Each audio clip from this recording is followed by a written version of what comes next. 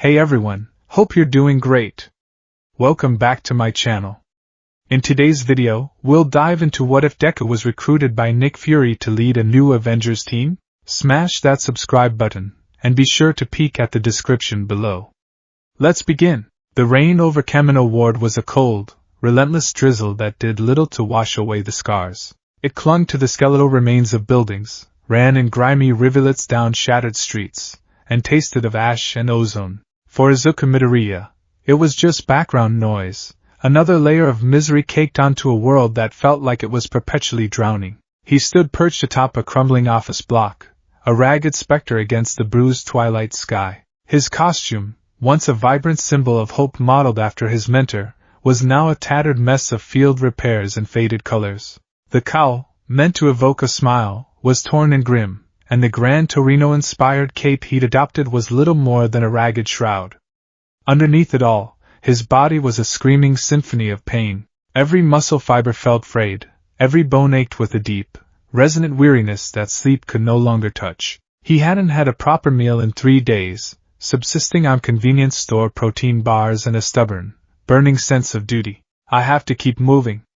I have to be the one they can't reach. I have to save everyone. The mantra, once a source of strength, now felt like a cage. He was a lightning rod, drawing the attention of All for One and his monstrous subordinate, Shigaraki, away from his friends, his family, his teachers.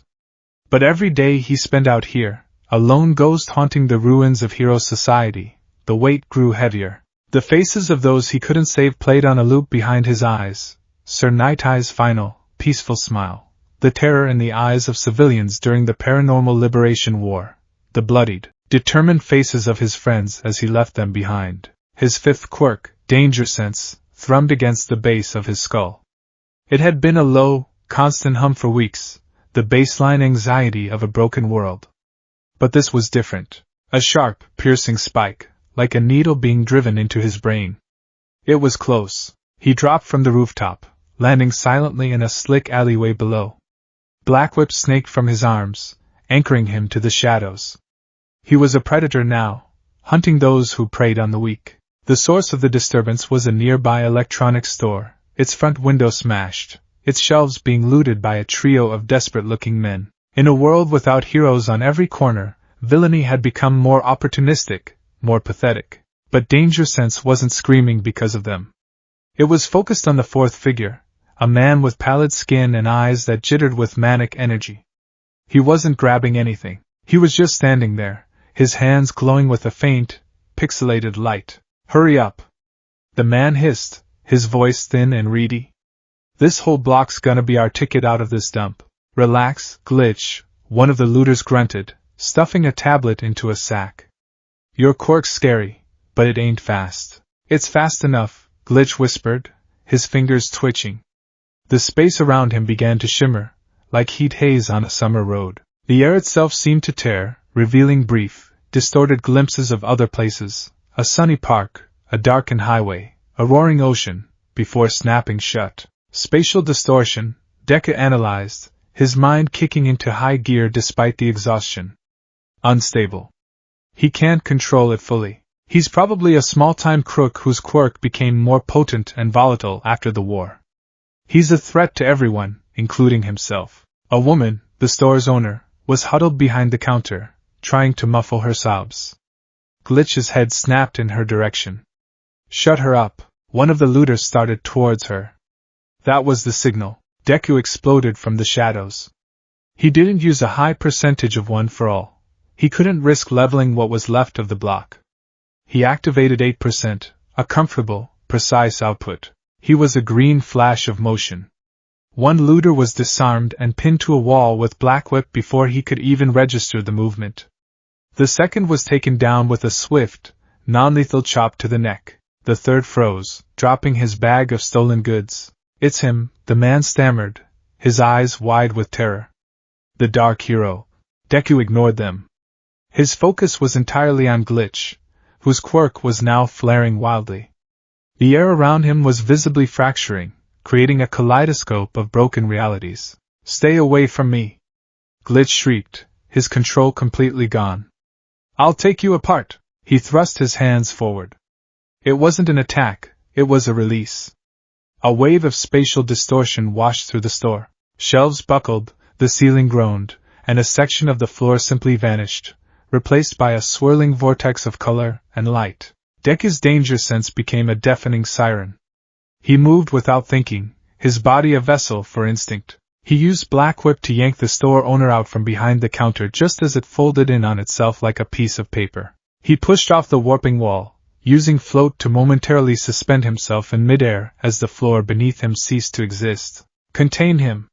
He's going to tear this whole place apart. He coiled power into his legs, preparing a pinpoint Manchester smash to knock him unconscious.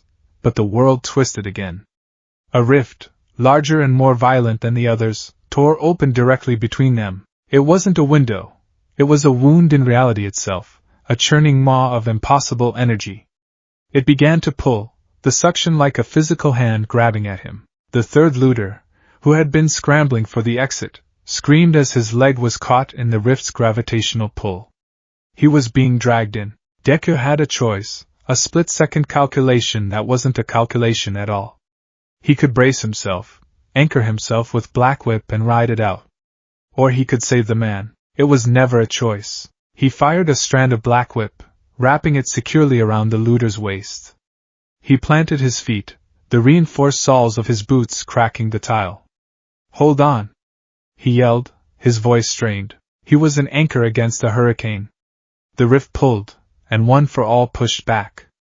The green lightning of his quirk flared, fighting against the cosmic chaos of the portal.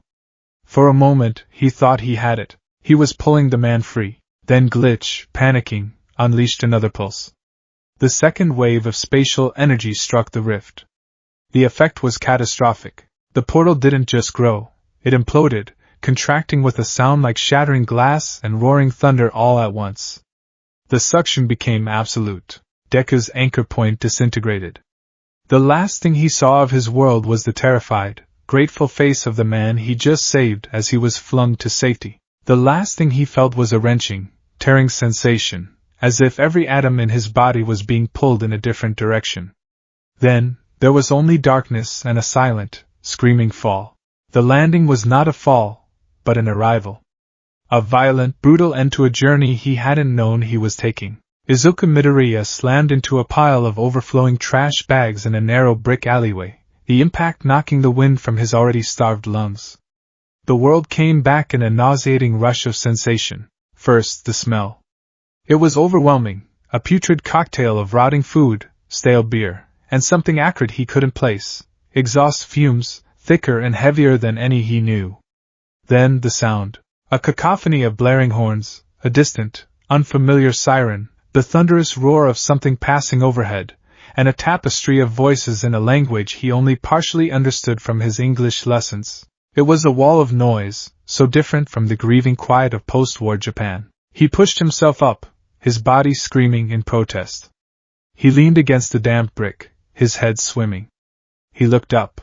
The sky was a tiny, claustrophobic rectangle, trapped between towering buildings of stone and glass that scraped the clouds. Blinking, colored lights pulsed and flashed, advertising products he didn't recognize in bold, alien letters. Where am I? This isn't Muzurifa. It's not even Japan. His hero training kicked in, a lifeline in the sea of confusion. Assess. Analyze. Adapt. He checked his comms. Static. A dead, hissing void. He reached out with his senses, not his eyes or ears, but that other, deeper sense he'd developed. He tried to feel for the presence of quirks, the low-level hum of latent power that permeated his world. There was nothing. The silence was profound, terrifying. It was like being in a room where the air had been sucked out. The world felt flat. Empty. A scream cut through his disorientation. It came from the mouth of the alley. Peeking around the corner, he saw a scene that was depressingly universal. Two large men had a smaller man pinned against the wall. One held a knife. "Just give us the wallet, old man, and we won't have to hurt ya," the man with the knife snarled. "Even here," Deku thought, a bitter taste in his mouth. His body moved before his mind had finished processing the sheer impossibility of his situation. The exhaustion, the pain, the dimensional displacement. it all melted away, replaced by the singular, unwavering drive that defined him. Someone is in trouble. He stepped out of the alley. Hey, he called out, his voice hoarse. Leave him alone. The two muggers turned, their faces a mixture of surprise and amusement. They saw a teenager in a ridiculous, tattered green costume that looked like it had been through a shredder. Beat it, kid, the first one said. This ain't your business. It's a hero's business to interfere, Deku replied, his English stilted but clear. He settled into a low fighting stance. The man with the knife laughed. A hero? You're a little short for a hero, pal. He lunged. Deku didn't need a high output. He channeled 5% of one for all into his right hand, a flicker of power that barely registered to him anymore. He sidestepped the clumsy slash and brought the edge of his hand down on the man's wrist. The sound was not the wet crunch of breaking bone. It was a sharp, explosive crack of displaced air, a miniature sonic boom that echoed off the brick walls. The knife clattered to the pavement. The mugger stared at his hand, which was now numb and tingling, his face pale with shock. The second man charged, throwing a wild punch. Deku caught the fist in his palm. He squeezed, just enough to immobilize him. The man's eyes widened as he felt the impossible strength in the teenager's grip. Deku flicked his index finger. It wasn't even a smash. It was a simple gesture, imbued with a tiny fraction of one for all's power. The resulting shockwave sent the man stumbling backward into a pile of trash cans. The two muggers, terrified and utterly bewildered, scrambled to their feet and fled. The victim, a frail-looking man in a rumpled suit, stared at Deku, his mouth ageki. Thank you, he stammered. What are you? Before Deku could answer, the wail of sirens grew closer. A blue and white police car screeched to a halt at the end of the street. But Deku's danger sense was flaring again, a low, prickling hum not directed at the police, but at something else, something quiet. Something coming. Four black, unmarked SUVs glided to the curb with unnerving silence. Doors opened in unison, and a dozen men and women in sleek, black tactical gear emerged. They moved with a chilling efficiency, creating a perimeter, directing the bewildered police officers away, and securing the scene in a matter of seconds. A woman with a stern face and a dark ponytail, her hand resting on a holstered sidearm, approached him. Stay where you are, she commanded, her voice calm but unbreakable. You are in a restricted area. I was just helping, Deku said, raising his hands slowly to show he wasn't a threat. We saw, the woman said, her eyes scanning him from head to toe, taking in the alien design of his costume, the metal braces on his arms, the impossible physics of his intervention.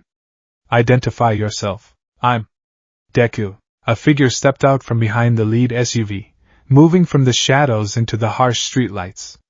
He was tall, dressed in a long, black leather coat, and the first thing Deku noticed was the eye patch. The man's single, dark eye held an intensity that was ancient and absolute. It was the eye of a man who had seen galaxies born and die, who had stared into the abyss and hadn't blinked. Danger sense didn't scream at this man. It resonated with him, acknowledging a different kind of power, not a quirk, but a weight of will and knowledge that was just as formidable. The man surveyed the scene, the dazed victim being led away by an agent, the scattered trash, and finally, the boy in the tattered green suit. He walked forward, his boots making no sound on the wet asphalt. Deku, the man said, his voice a low, gravelly rumble that cut through the city noise. That a name, or a statement of purpose? Izuku didn't know how to answer. The man stopped a few feet away. I'm Director Nick Fury. And I think you and I need to have a very long talk. The transition was jarring. One moment he was in a grimy New York alleyway, the next he was being escorted onto a futuristic jet that lifted vertically into the air with a low hum. From there, he was transferred to something so vast, so impossible, it defied belief. A helicarrier. A floating fortress that churned through the clouds like a leviathan, its deck bustling with aircraft and personnel. He was now in a stark, minimalist room. One wall was a panoramic window showing the endless expanse of the sky. The other walls were a cool, metallic gray. A simple table and two chairs were the only furniture. The woman from before, Maria Hill, had offered him a bottle of water and a nutrient bar that tasted suspiciously like the ones he'd been living on. He was too exhausted and disoriented to refuse. The door slid open, and Nick Fury entered. He didn't sit. He stood by the window, a dark silhouette against the brilliant blue. We ran a facial recognition scan, Fury began, his voice leaving no room for argument. Cross-referenced it with every database on the planet. Interpol, CIA, MI6, you name it. Izuku Midoriya doesn't exist. He turned, his one eye pinning Deku to his seat. We also analyzed the atmospheric energy residue from your little arrival. It doesn't match anything native to this dimension. So, let's skip the part where you pretend you're from around here. Where did you come from, kid? Deku's mind raced. He was in a different world. It was the only explanation. The lack of quirks, the different technology, the man who spoke of dimensions as if he were discussing the weather. He was alone. The thought was a cold spike of terror in his gut. He took a shaky breath. I come from a world where almost everyone has a superpower. They're called quirks. Fury nodded slowly, as if this were a perfectly reasonable, if inconvenient, fact. We've had visitors before. None quite like you, though. He gestured to the wall opposite the window. It shimmered and became a high-definition screen. Images and videos began to play. A man in a suit of red and gold armor, blasting aliens out of the sky. A blonde super soldier with a shield, standing against an impossible army. A green Goliath, roaring with uncontrollable rage. A god of thunder, summoning lightning from the heavens. Deku watched, mesmerized. He saw heroes.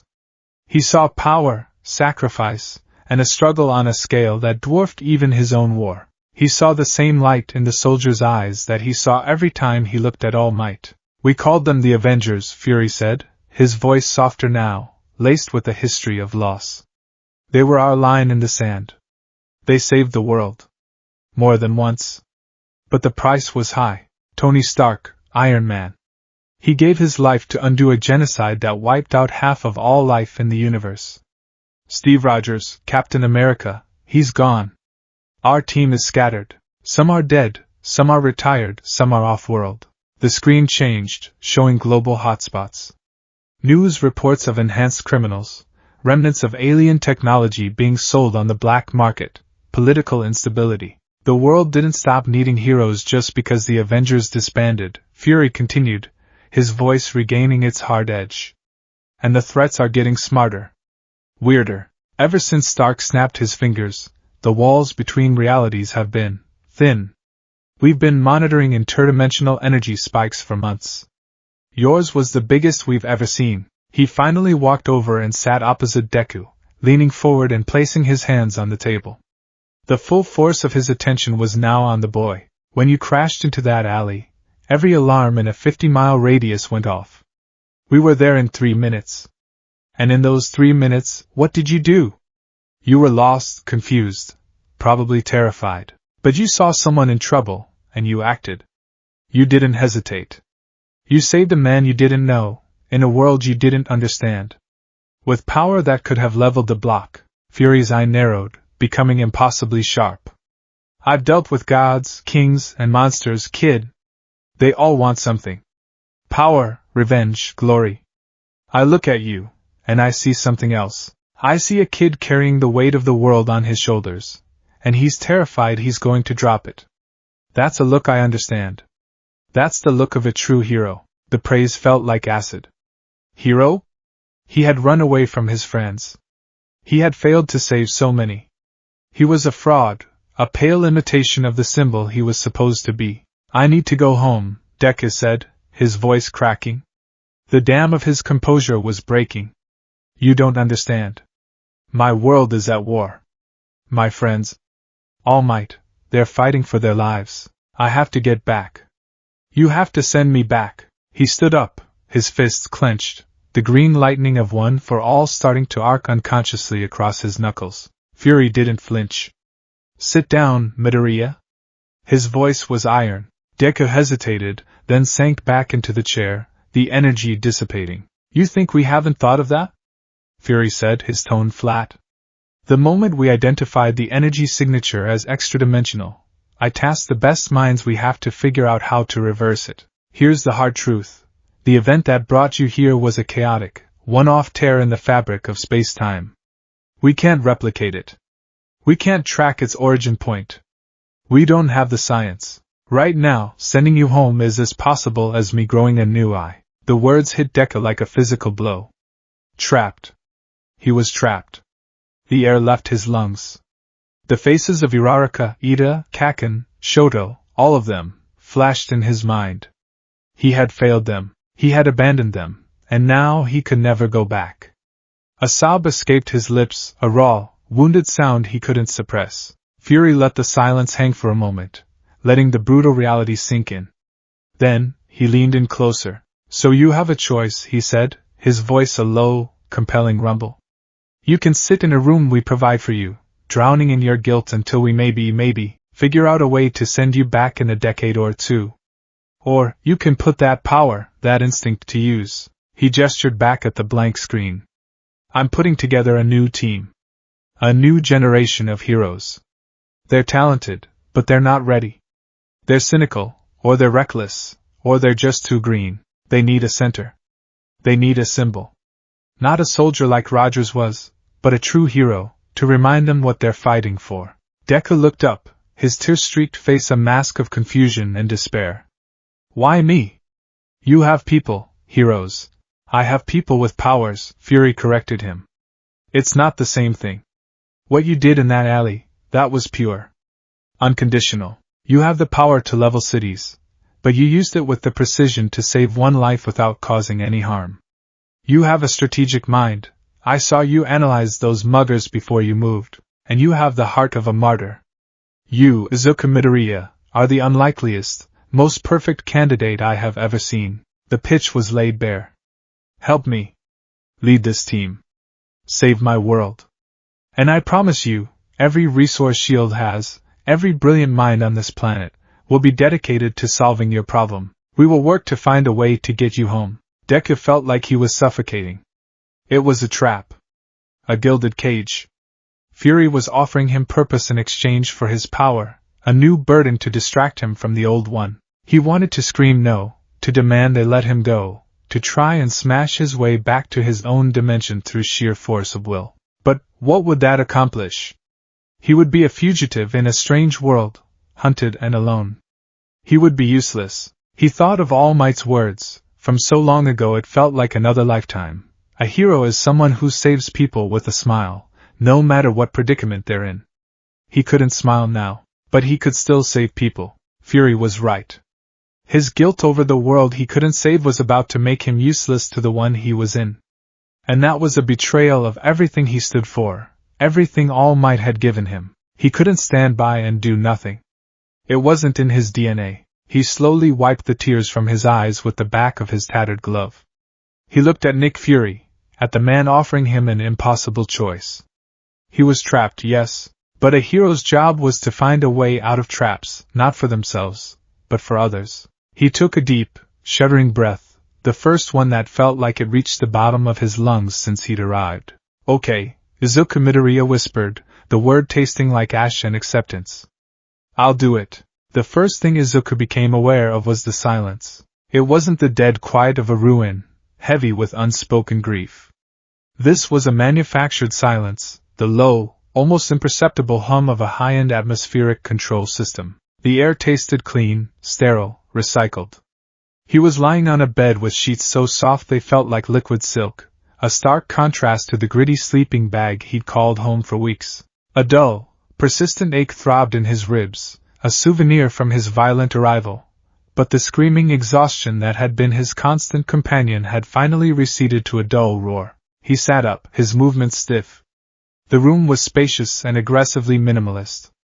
A floor-to-ceiling window showcased a panoramic view of rolling green hills under a bright, cloudless sky. There was no city in sight, no sign of civilization save for the sprawling, futuristic complex he was in.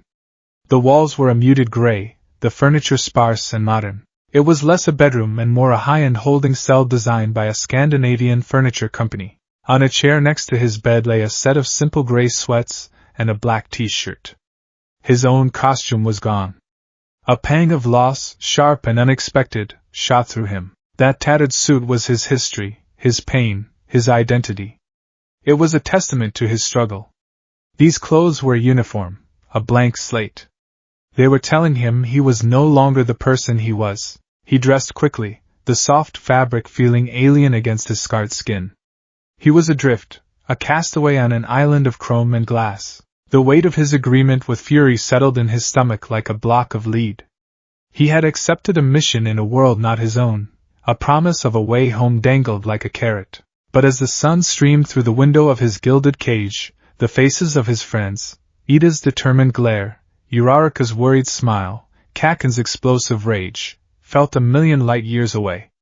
He was alone, utterly and completely alone. The doors slid open with a soft hiss.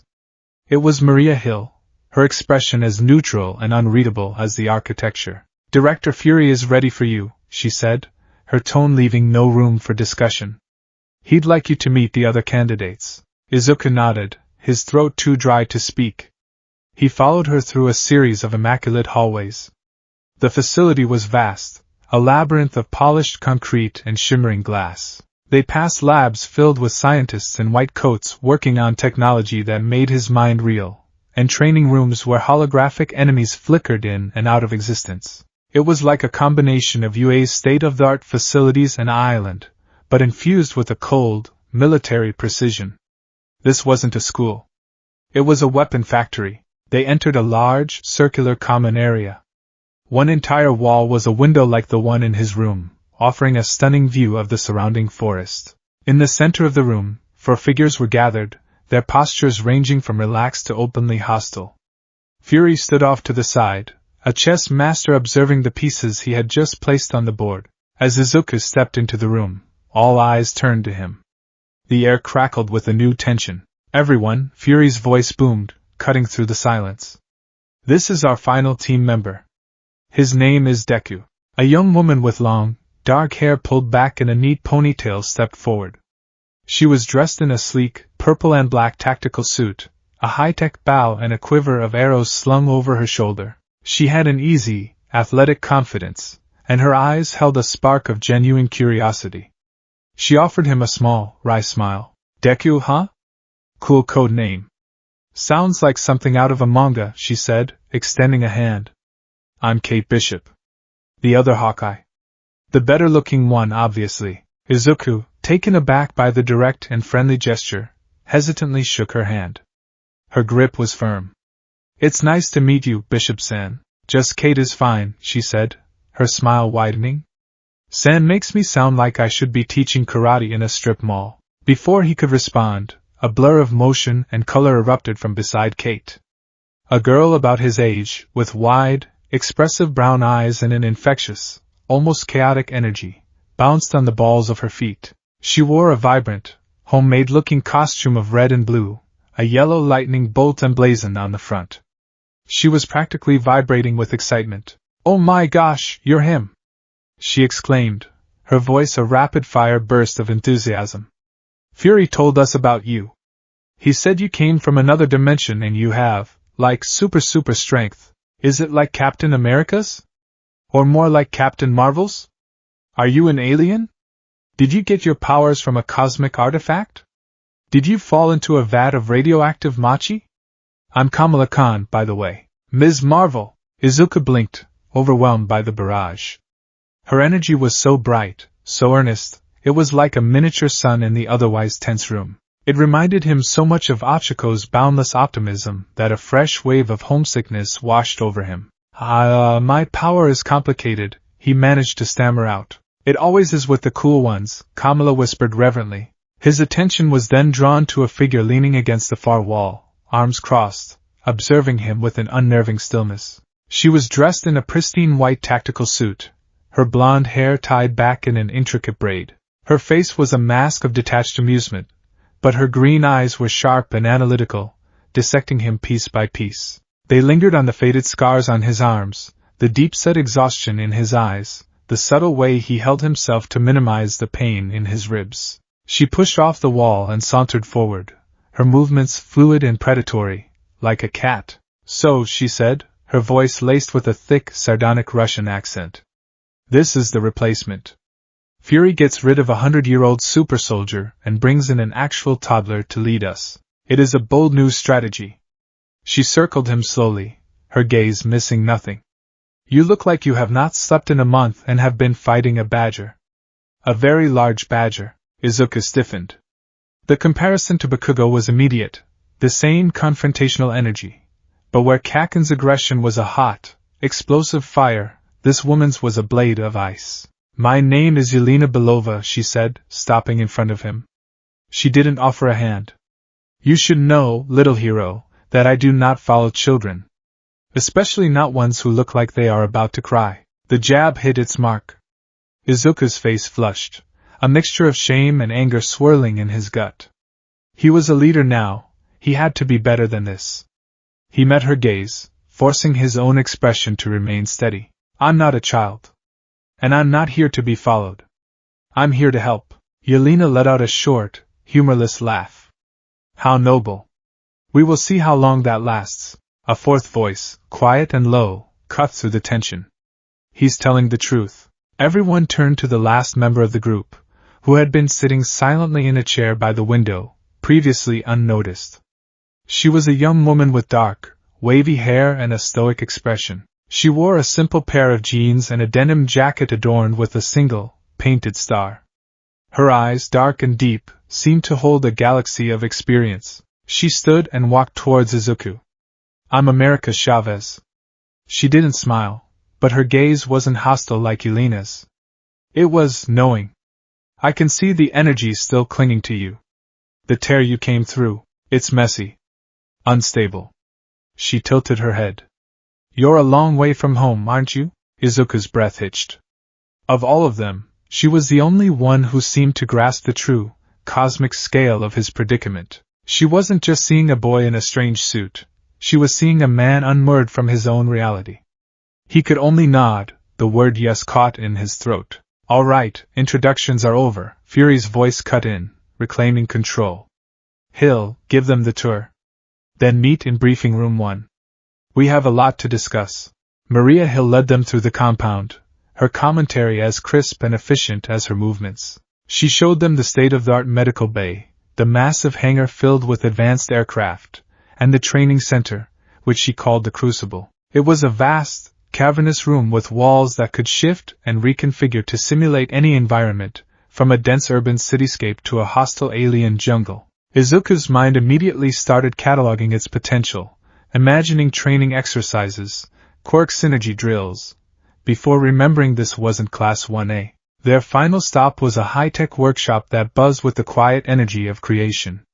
Robotic arms assembled complex machinery, and technicians monitored holographic blueprints. On a raised platform in the center of the room stood a mannequin wearing a new suit. Midoriya, Hill said, gesturing to it. Your provisional field uniform. Izuku approached it cautiously. The suit was a world away from his own. The primary color was a dark, almost black carbon fiber weave, accented with deep forest green plating along the torso, shoulders, and legs. The classic bunny ear cowl was gone, replaced by a sleek, retractable helmet with a glowing green visor. The iconic red belt was replaced with a more functional, tactical one, and the clumsy red boots were now streamlined, armored greaves. The only overt nod to his past was a subtle, stylized D insignia on the chest. It was practical, intimidating, and utterly joyless. It was a soldier's uniform. The suit is made of a vibranium-laced polymer, Hill explained, her voice echoing slightly in the large room. It's lightweight, bulletproof, and designed to withstand extreme impacts. But its most important feature is built into the gauntlets and greaves. She tapped a console, and a holographic schematic of the suit appeared in the air. We analyzed the energy signature of your quirk. The output is astronomical and, from what we can tell, unstable. These emitters, she pointed to glowing nodes on the hologram's arms and legs, are designed to help you channel and regulate that energy. They act as both a focusing lens and a safety valve, drawing off excess power to prevent catastrophic feedback to your body. It will allow for greater control and precision, and it will give us real-time telemetry on your power levels. Izuku ran a hand over the suit's smooth, cool surface. It was an incredible piece of technology, a gift beyond measure. It could help him master one for all in ways he'd only dreamed of, but it also felt like a leash. It will give us real-time telemetry on your power levels. Fury wasn't just giving him a tool, he was putting a meter on his soul. Thank you, he said quietly. It's amazing. Good, Hill replied, her tone softening almost imperceptibly. Your old one is being repaired and analyzed. Director Fury thought you might want it back, eventually. That small gesture of understanding meant more to him than the $1 billion suit. A flicker of gratitude warmed his chest. Maybe this wouldn't be so bad. That flicker was extinguished the moment they all sat down in briefing room 1.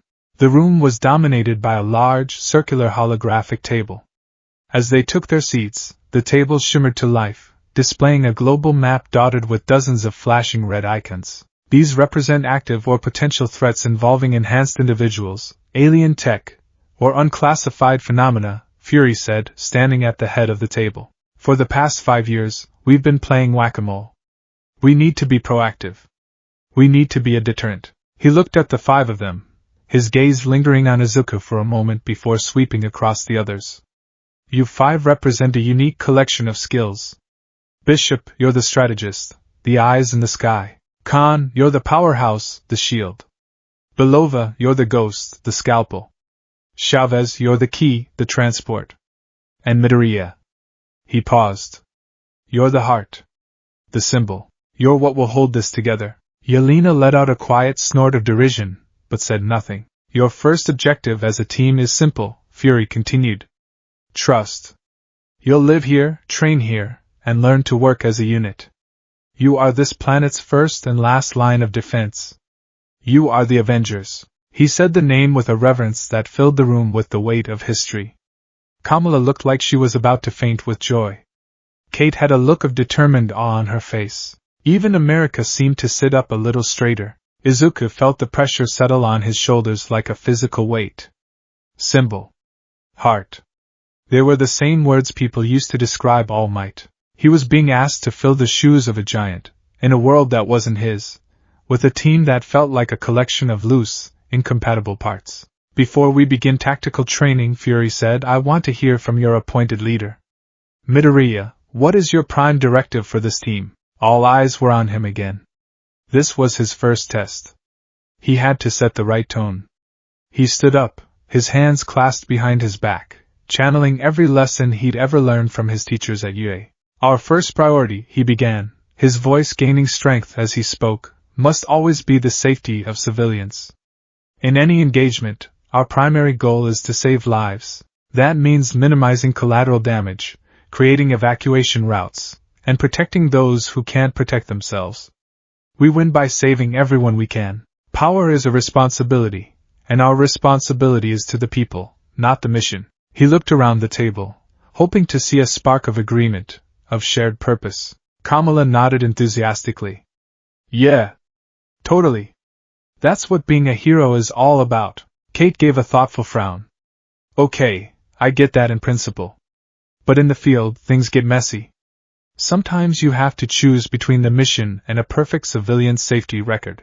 Then came the ice. That is the most naive thing I have ever heard, Yelena said, her voice dripping with contempt. She leaned forward, her elbows on the table, her cold green eyes fixed on Izuku. You speak of saving everyone as if it is a realistic objective.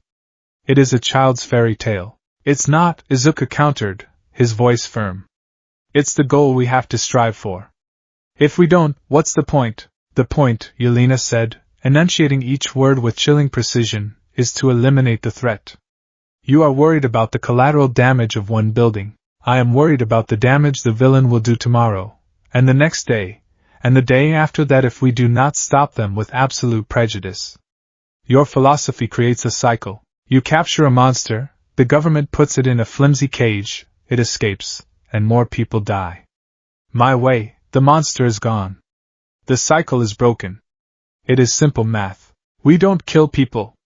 Izuku shot back, his control slipping. The image of Shigaraki, of All for One, flashed in his mind. He knew what true evil was, but the line had to be drawn somewhere. We're heroes, not executioners.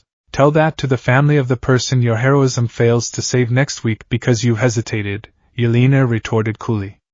She turned her gaze to the others. He wants to save everyone. This is not a strategy. It is a weakness. He will get us all killed. Hey, back off! Kate interjected, stepping in as the mediator. We haven't even had our first training session and you're already planning our funerals. Can we at least try to find some common ground? What common ground is there? Yelena gestured at Izuku. He lives in a fantasy world. I live in the real one. In the real world, you cannot afford to be sentimental. The room devolved into a heated argument. Kate tried to argue for tactical pragmatism, while Kamala passionately defended Izuku's idealistic stance. America remained silent, her expression unreadable, watching the fractures form in their brand new team. Izuku stood there, feeling utterly helpless. He was supposed to be the leader, the heart, and he couldn't even get them through their first meeting without it turning into a philosophical war. He was used to arguments with Kaken, but that was rooted in a lifetime of shared history. This was different. These were fundamental, irreconcilable differences in what it meant to be a hero. Yelena's worldview was so alien, so brutally practical, that he didn't even know where to begin to counter it. He felt like a first-year student again, completely out of his depth. Fury watched the entire exchange, his single eye taking it all in. He didn't intervene. He just let them fight, observing the dynamics, the fault lines, the potential. After a full minute of chaotic bickering, he slammed his hand down on the table. The resulting boom silenced everyone instantly. Enough, he commanded. The word was quiet, but it carried the weight of a collapsing mountain. This has been an illuminating first meeting. It shows me exactly how much work we have to do. He looked directly at Izuku, his expression hard. Leadership isn't about giving speeches, kid. It's about getting people who hate each other to work together to achieve the impossible. You've got your work cut out for you. He turned and strode out of the room, leaving a thick, suffocating silence in his wake. Yelena was the first to rise. She gave Izuku one last, dismissive look. Good luck, leader. She walked out without another word. Kate sighed, running a hand through her hair. Well, that went horribly. She gave Izuku a sympathetic glance. Don't mind her. I think her heart was surgically replaced with a block of dry ice. She followed Yelena out, leaving just Izuku, Kamala, and America. Kamala came over and patted his arm awkwardly. I think you were right, she said, her voice small. For what it's worth. America finally spoke, her voice just a whisper. She's not wrong, you know. Belova. It's just, either are you. That's the problem. With that cryptic statement, she too left the room. Izuku was left standing alone at the head of the great holographic table, the global map of threats still blinking mockingly up at him. He had never felt so small, so utterly and profoundly out of his league. Later that night, Izuku sat on the edge of his bed in his silent, empty room. The compound was quiet, the other members of his new, fractured team presumably in their own quarters. The weight of his failure pressed down on him, a physical thing that made it hard to breathe. He had been so sure, so confident in his core beliefs. But Yelena's words had planted a seed of doubt. Tell that to the family of the person your heroism fails to save. Was he naive? Was his entire philosophy, the one gifted to him by All Might, just a child's dream that couldn't survive in this colder, more cynical world? He shook his head, pushing the thought away. No. He couldn't afford to doubt himself now. All Might had chosen him for a reason. Fury had chosen him for a reason. He couldn't be who they wanted him to be by becoming someone else. He had to be himself. He just had to find a way to make them understand. He reached into the small bag they'd given him with his personal effects, what little had survived the trip through the rift. Tucked inside was his notebook. Not the most recent one, filled with hurried notes on his new quirks, but one of the older ones. Hero Analysis for the Future, number 13. It was battered, water-damaged, and the corner was slightly burnt. He ran his thumb over All Might's signature on the first page, a desperate touchstone to a world he might never see again. Flipping through the familiar pages filled with his frantic scrawls and detailed drawings of his friends' quirks, he felt a pang of resolve. This was how he made sense of the world. This was how he solved problems. He didn't win with overwhelming power or inspiring speeches. he won by understanding. He put the old notebook away carefully, like a sacred text. From his nightstand, he picked up the new, blank notebook and pen that had been provided. It was sterile and personal, just like the room. He opened it to the first page. The clean, white paper stared back at him, a blank future. He took a deep breath, the pen hovering over the page. Then he began to write. At the top of the page, in his neatest handwriting, he wrote the title, Avengers Initiative, Hero Analysis. He paused, then started the first entry, his pen scratching quietly in the silent room, a tiny act of rebellion against the chaos. Name, Kate Bishop, Hawkeye. Quirk equivalent, none. Abilities, Master Archer, highly skilled in close-quarters combat. Personality, confident, pragmatic, attempts to mediate. Seems to be the most grounded member of the team. Her pragmatism could be a bridge between my ideals and Yelena's, but it could also lead her to side with the more logical argument in a crisis. Need to establish trust. Her skill set is based on precision and strategy, not overwhelming force. She thinks like I do. This is a good starting point. He moved to the next entry, his brow furrowed in concentration. Name, Yelena Belova, Black Widow. Quirk equivalent, none. Abilities, elite espionage and assassination skills. Master martial artist. Unpredictable. Personality, cynical, sarcastic, confrontational. Views heroism through a lens of cold, brutal efficiency. Sees me as a naive child. She is the biggest challenge. She's not evil. Her goal is still to protect people, but her methods are absolute. I can't change her mind with words. I will have to show her. I need to understand where her philosophy comes from. Is it her training? Her past? Danger sense does not react to her, meaning she poses no direct threat to me, but her ideology is a threat to the team. He kept writing, the familiar act of analysis a balm to his frayed nerves. He was still lost, still alone, but he was no longer adrift. He had a problem. A complex, multifaceted, human problem, and he had a method. He would understand his new team. He would find their strengths, their weaknesses, the cracks in their armor and the light within their hearts. He would learn how to be their leader. He had to. There was no other choice. The week that followed their disastrous first meeting was a tense exercise in controlled chaos. Fury, true to his word, threw them directly into the crucible. The training simulations were relentless, designed by a sadistically brilliant algorithm to exploit their every weakness. Izuku, armed with his new suit and his ever-present analytical mind, approached each session like a final exam. He drew up strategies, assigned roles, and tried to foster the teamwork that was so second nature to him. It was an unmitigated failure. Okay, team, Izuku's voice crackled over their comms, the new helmet's HUD displaying tactical readouts. They were in a simulation of a collapsing skyscraper, tasked with rescuing holographic civilians while fending off an army of Doombots. Kate, from the rooftop opposite, I need you to create a zipline for civilian evac. Yelena, America, you're on search and rescue for the lower floors. Kamala, with me. We'll provide heavy cover and structural support. The plan lasted approximately 47 seconds. Yelena, deeming the floor-by-floor search inefficient, simply had America portal her directly to the simulated bomb core on the top floor, bypassing the civilians entirely. The threat is neutralized, she announced coolly over the comms, as the simulation's timer froze. Mission complete. You left 26 civilians behind. Izuku protested, his voice echoing in the now static training room. They were holograms, Yelena countered, stepping out of a shimmering star-shaped portal. And in a real scenario, eliminating the bombs saves everyone in the city.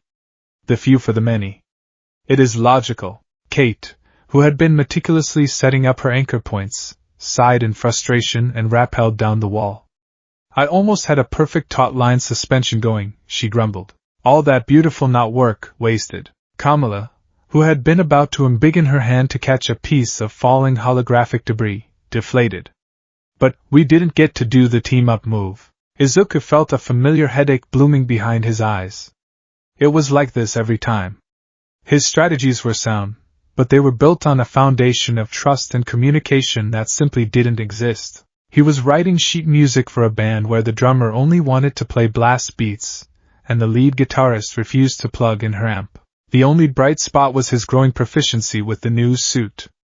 The regulators were a revelation. He could now sustain a stable 20% of one for all with minimal physical backlash, the suit's emitters glowing with a soft green light as they siphoned off the excess, destructive energy. He felt faster, more precise.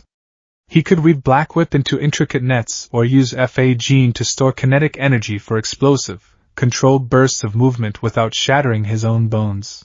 The power was finally feeling less like a wild stallion trying to throw him and more like an extension of his own will. But control meant nothing without a cohesive team to direct it. It was on the morning of their 8th day at the compound that Fury summoned them back to Briefing Room 1.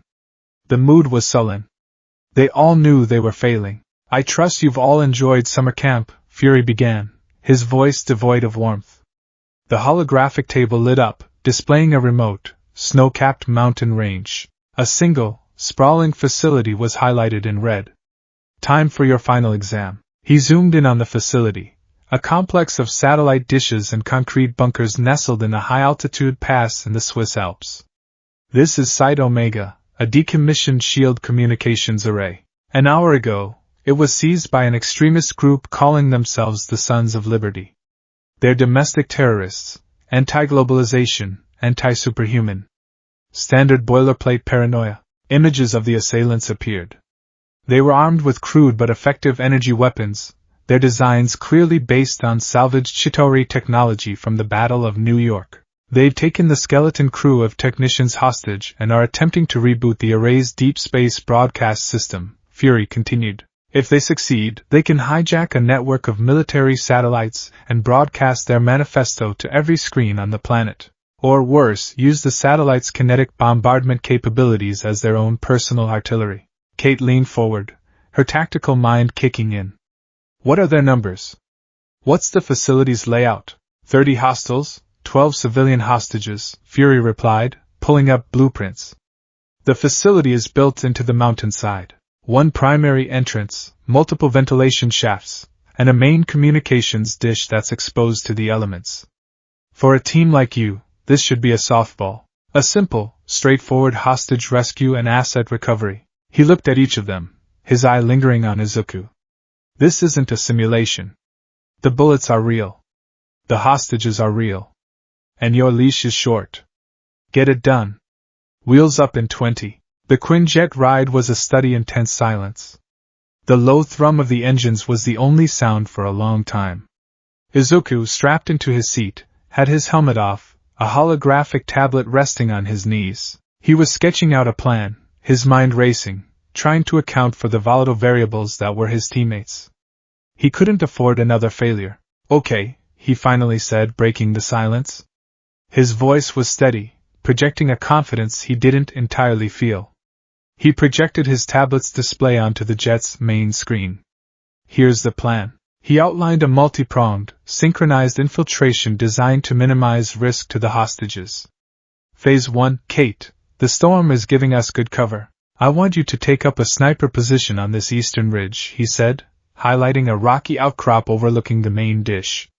"You'll be our overwatch. Your priority is disabling their external comms antenna and taking out any sentries. Keep us appraised of enemy movements." Kate nodded, her expression serious and professional. "Got it. I'll be your eye in the sky." "Phase 2, Izuku continued, Yelena, America. The northern ventilation shaft is our quietest point of entry. America, you'll portal Yelena to the entrance. Yelena, you'll proceed to the primary server room and plant a virus to disable their control of the satellite network. Stealth is paramount.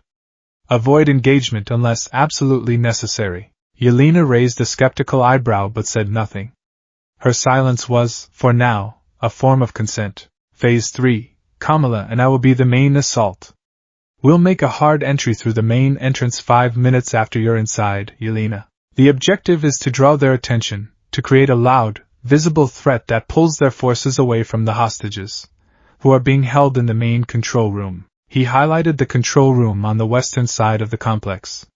"Once the majority of the Sons of Liberty are engaged with us, Kate will provide suppressing fire, and the two of you, He looked at Yelena and America. We'll converge on the control room and secure the hostages. It was a good plan.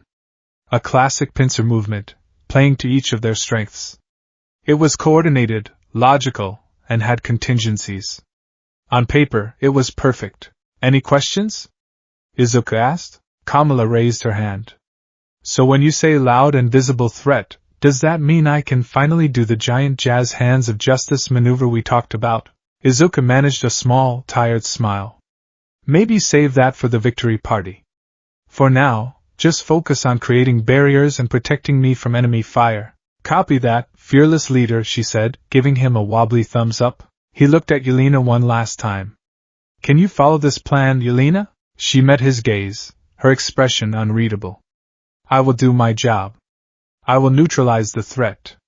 It was the closest to an agreement he was going to get. The Quinjet's ramp lowered, blasting the cabin with frigid, biting wind and a flurry of snow.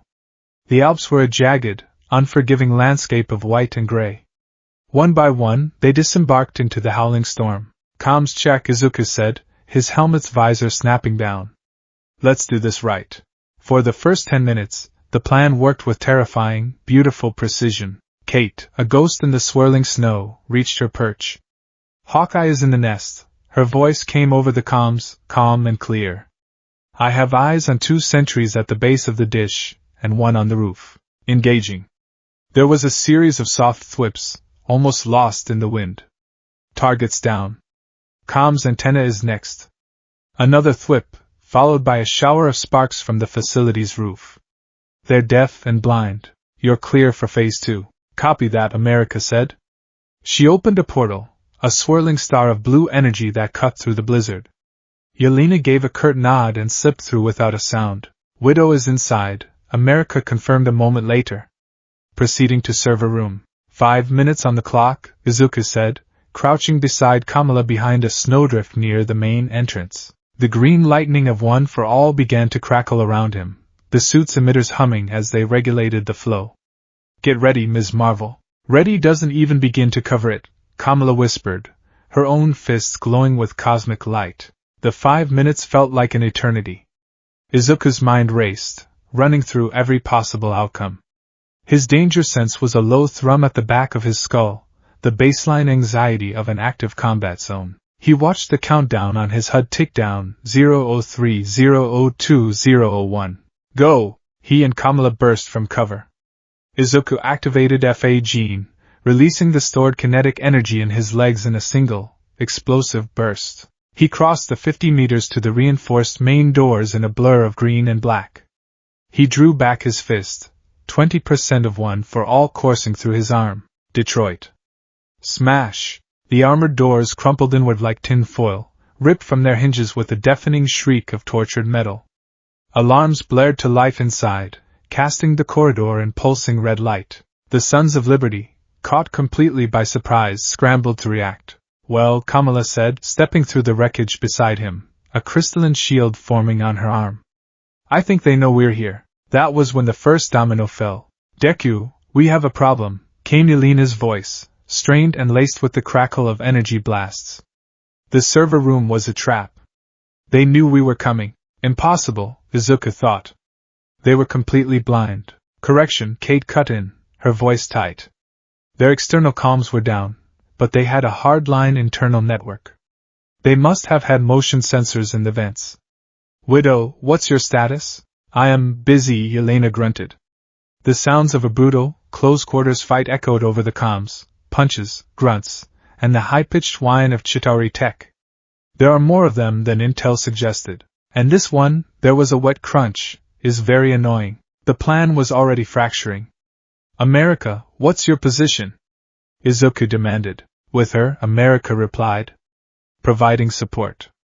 A star portal shimmered open behind a terrorist firing at Yelena, and he tumbled through it, reappearing 20 feet up in the air before crashing to the floor. Stick to the plan.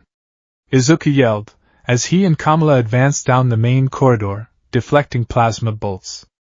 Secure the server room and get to the hostages.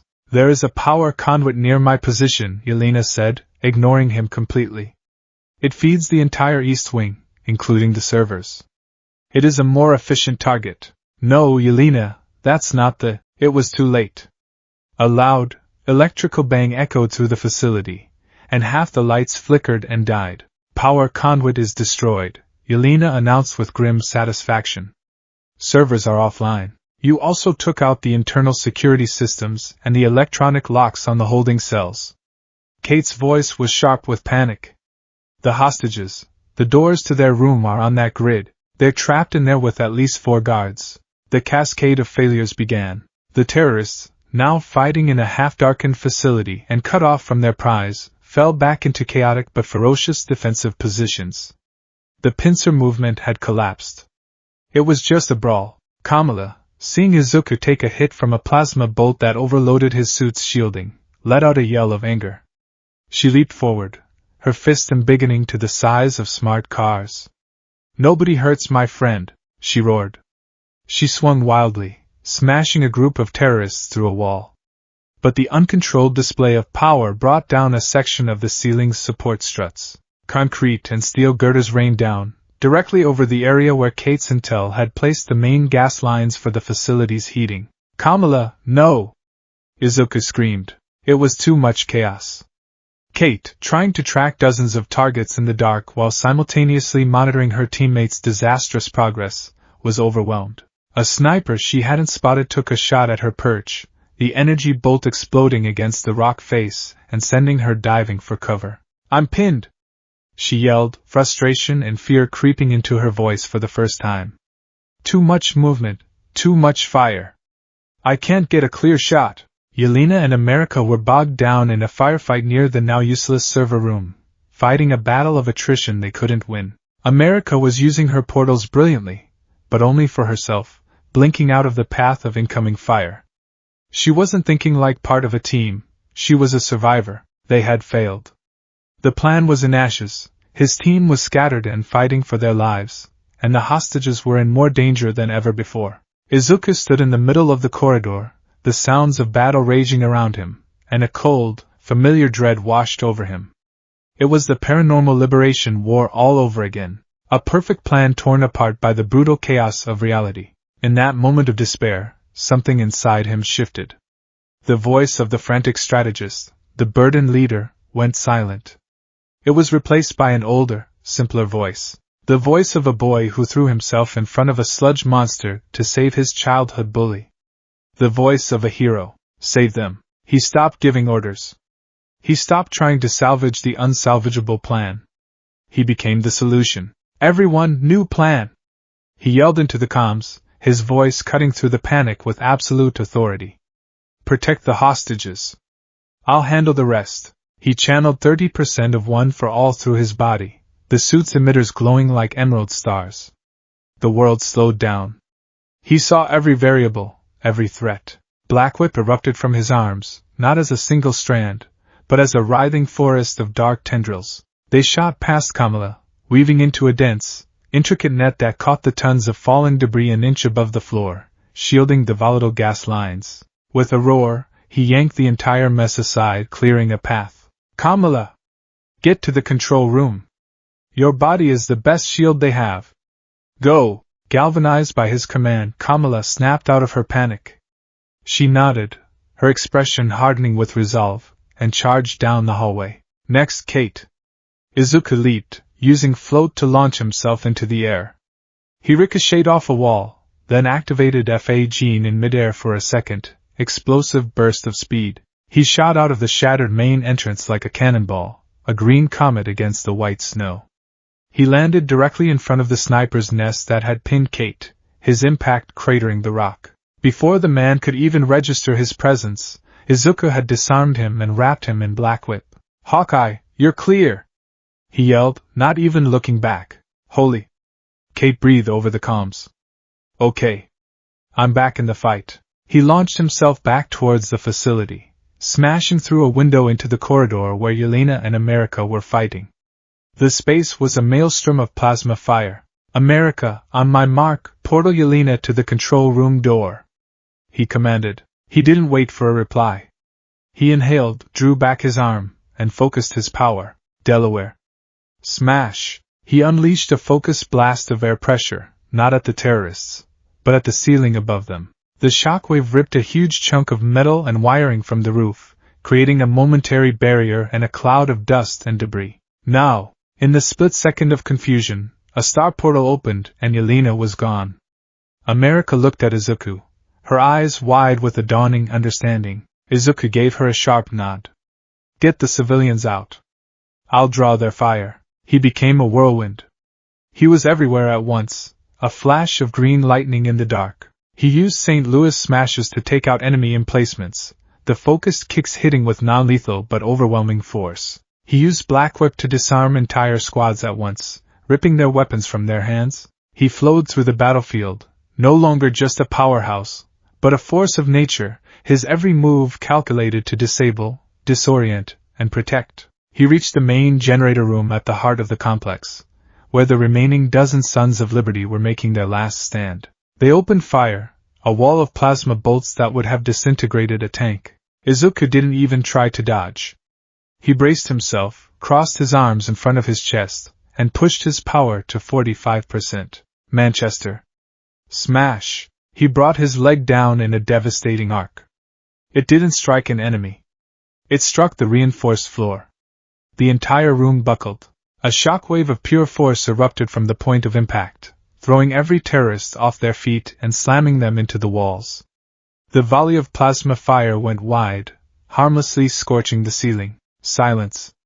The only sound was his own ragged breathing and the hum of his overheating suit. It was over. All hostiles neutralized, he reported, his voice strained. What's the status on the hostages? There was a pause, and then Kamala's voice, filled with relief. We got them. We got them all. Yelena took out the guards inside, and America portaled everyone straight to the evac point. Everyone's safe, Deku. A little scared, but safe. Victory. It tasted like ash and ozone. The flight back to the compound was suffocatingly quiet. No one spoke. They just sat with the weight of their messy, catastrophic victory. They had succeeded in the end, but not as a team. They had succeeded because Izuku had single-handedly salvaged their collective failure.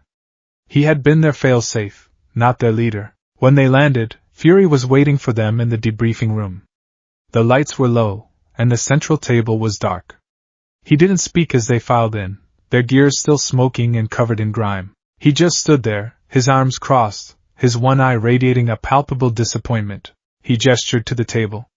It lit up, playing a condensed, multi-angle replay of the entire mission. It showed Yelena's defiant deviation, Kamala's reckless collateral damage, Kate's overwhelmed retreat, America's self-preservation, and it showed Izuku, desperately trying to hold it all together before finally abandoning his own plan to clean up their mess.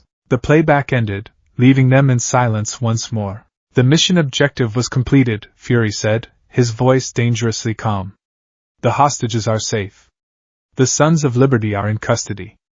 By the slimmest of margins, you succeeded. He walked around the table, his gaze falling on each of them.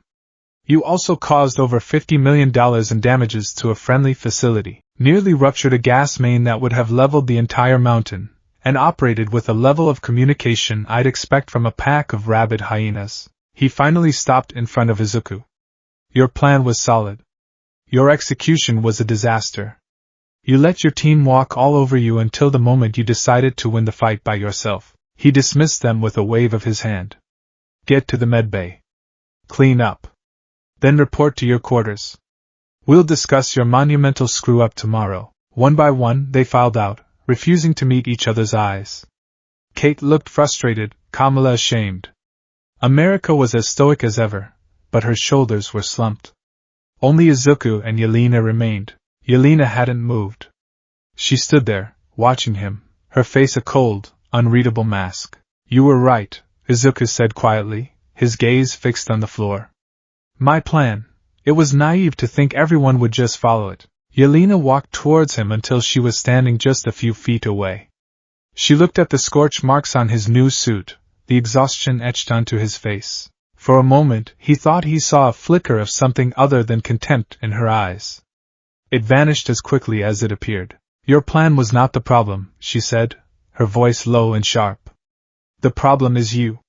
You have the power of a god, but the instincts of a frightened boy playing soldier. You spent the entire fight trying to convince us to listen to you. She took a step closer, her voice dropping to a near whisper that was more cutting than any shout. A leader does not ask. A leader does not hope. A leader commands. You only started winning when you stopped trying to lead and simply became a weapon. She paused, letting the words sink in, twisting the knife. You are strong, little hero. No one can deny that. Her eyes, cold and green as glacial ice, met his. You are not a leader. She turned and walked out of the room, her footsteps echoing in the cavernous space, leaving Izuku standing alone, the holographic ghost of his failure still shimmering in the air around him. The aftermath of the Site Omega mission settled over the compound like a radioactive fog. Fury, true to his word, had subjected them to a brutal, 6-hour-long debriefing the following morning. He'd replayed every mistake, analyzed every moment of insubordination, and dissected their flawed decision-making with the cold, detached precision of a surgeon. He hadn't yelled. It was worse. His disappointment was a heavy, suffocating blanket that left no room for excuses. In the days that followed, a fragile, unspoken truce formed. The open hostility was replaced by a wary distance. They trained together in the crucible, but the sessions were mechanical, lacking any spark of camaraderie. They were 5 individuals sharing a space, not a team. Yelena remained a pillar of icy disdain, Kate was professionally distant, Kamala was subdued and apologetic, and America was more withdrawn than ever. Izuku bore the weight of it all. Yelena's words, "You are not a leader," had become a constant, echoing taunt in the back of his mind. He threw himself into his training with a familiar, self-destructive fervor. He pushed his body to its absolute limits, trying to master a stable 30% of one for all, believing that if he could just be stronger, faster, better, he could compensate for the team's lack of cohesion. He treated his leadership as another problem to be solved with grit and effort, just like he had with his quirk. But this wasn't a problem he could punch into submission. The breakthrough, when it came, started not with a bang, but with a quiet, persistent puzzle. It was Maria Hill who brought it to their attention. She gathered them in one of the compound's many labs, a stark white room dominated by a holographic analysis table. On it floated a 3D schematic of a Chitauri energy rifle, the kind the Sons of Liberty had been using. We've finished analyzing the weaponry recovered from the Site Omega raid, Hill said, her tone all business. As we suspected, the core power cells and firing mechanisms are of Chitauri origin. However, she manipulated the hologram, stripping away the alien components. What remained was a complex latticework of Earth-based technology, a sophisticated cooling system, a custom-made power regulator, and a targeting module with an integrated IFF, Identify Friend or Foe, tag. This is not a standard black market modification, Hill continued, zooming in on a minuscule microchip. The engineering is exquisite. The power regulation is more efficient than the original Chitauri design. The cooling system is a proprietary Stark Industries prototype that was stolen 2 years ago. The IFF tag is encrypted with a quantum algorithm that our best people are still struggling to crack. Izuku leaned closer, his analytical mind kicking into gear. The Sons of Liberty. They didn't seem like the type of group that could develop something like this. They were fanatics, not engineers. Exactly, Hill confirmed. They weren't the creators. They were the customers. Someone supplied them. Someone with access to top-tier stolen technology, a genius-level intellect, and a clear agenda. What agenda? Kate asked, her arms crossed. Arming terrorists seems a bit broad. Look at the IFF tag, Hill said. Once we bypassed the primary encryption, we found a single line of subcode. A directive. The code flared into existence above the hologram. Priority target, enhanced. A chill went down Izuku's spine. It's designed to specifically target people with powers. Precisely, Fury's voice rumbled as he entered the lab, his long leather coat sweeping behind him. The Sons of Liberty were a field test. A proof of concept. Someone is building an arsenal designed for one purpose: hunting and killing superhumans. He gestured to the main screen on the wall. It flickered to life, showing a series of encrypted communications intercepted from dark web servers. They were all signed with the same digital ghost, a simple, elegant icon of a drafting compass. We have no face, no name, Fury said. Just a call sign they use in the underworld, the architect. The name hung in the air, imbued with a sense of cold, calculating intelligence. An architect. A planner. Someone who built things. And they were building an army. For the past 48 hours, Fury continued, we've been tracking the architect's digital footprint. They're careful, moving through layers of proxies and dead ends. But they left a breadcrumb. A power surge at a disused industrial complex in Germany, consistent with the energy signature of their modified weaponry. This is our first real lead. He turned to face them, his expression grim. Your mission is to investigate this complex. Infiltrate, gather intel on the architect, and if possible, ascertain the scale of their operation. This is not a search and destroy mission. It is reconnaissance. I want you in and out before they even know you were there. Am I clear? The question was directed at all of them, but his eye was fixed on Izuku. This was a second chance. A test of a different kind, not a chaotic brawl, but a mission that required subtlety, teamwork, and most importantly, trust. The atmosphere on the Quinjet this time was different. The silence was less about animosity and more about a shared, creeping sense of dread. The idea of a shadowy figure specifically designing weapons to kill them had a way of focusing the mind. Izuku knew another frontal assault plan would be a disaster. He had to try something else. He had spent the last few nights not just training, but studying. He had pored over the shield files on each of his teammates, reading their psychological profiles, their mission histories, everything he could get his hands on. He wasn't just analyzing their abilities anymore. He was trying to understand their souls. He gathered them in the jet's small common area. He didn't stand at a holographic table this time. He just sat with them. This mission is different, he began, his voice quiet but firm. We can't go in loud. The architect is clearly a strategist. They'll be expecting a direct attack. We have to be smarter. He looked at Yelena. Yelena. You're the best at infiltration. The facility blueprints show a sewer outflow that connects to the main complex's drainage system. It's the most likely blind spot. You go in first, alone. Your job is to get eyes on their operation, assess their numbers, and identify the location of their primary data server. No engagement. Pure recon. Yelena's eyes narrowed slightly. He was giving her a solo mission, trusting her specific skill set. He wasn't trying to force her into a role she didn't fit. He was using her as the scalpel she was. For the first time, she gave a slow, almost imperceptible nod. Kate, he continued, turning to the archer. You'll be Yelena's support. You'll set up on the perimeter and use your high-tech arrows to create a sensor net. Auditory, thermal, seismic. I want you to map every movement in and around that facility. You'll be Yelena's guardian angel. Kate's expression brightened. This was a task perfectly suited to her. I can rig up a passive EW suite with my sonic arrows. I can listen in on their comms if they're unencrypted. Good. Do it, Izuku said, a flicker of hope igniting in his chest. Kamala, America, you're with me. We'll be the contingency plan. We'll hold a position 2 clicks out. If Yelena gets into trouble, America, you'll portal us in for extraction.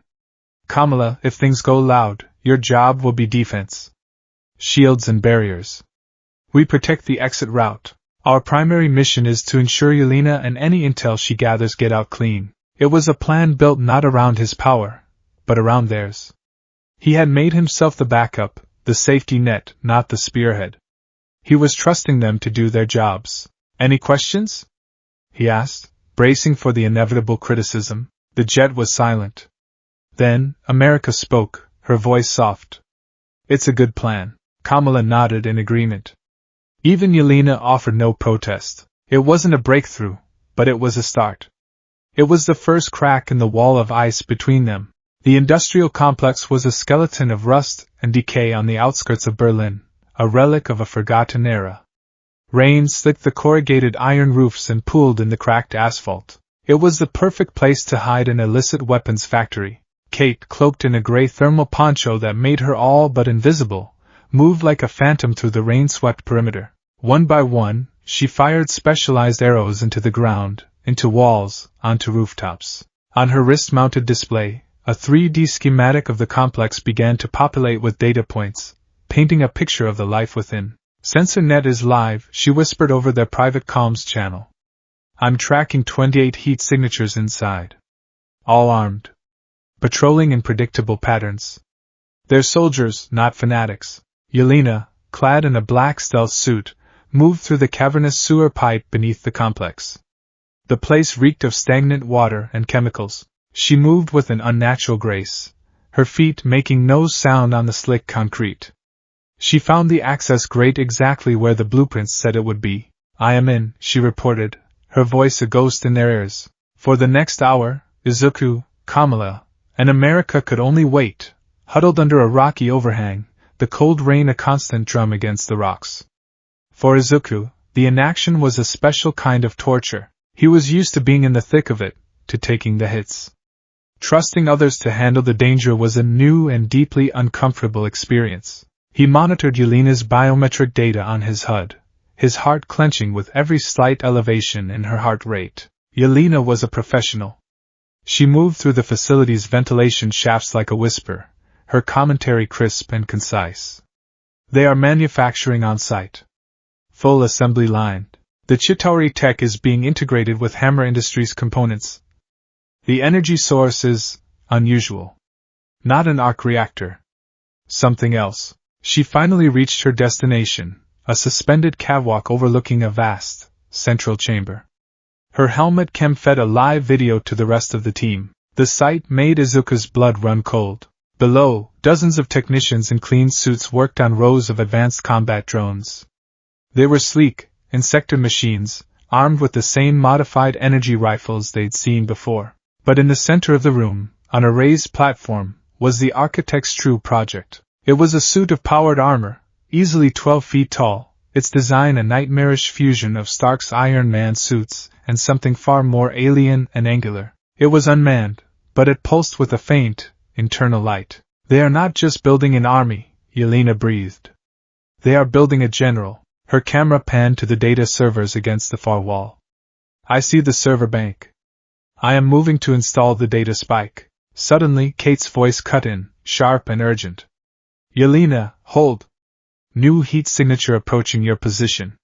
Fast. They're not on the patrol route. On Yelena's camera feed, a reinforced door slid open.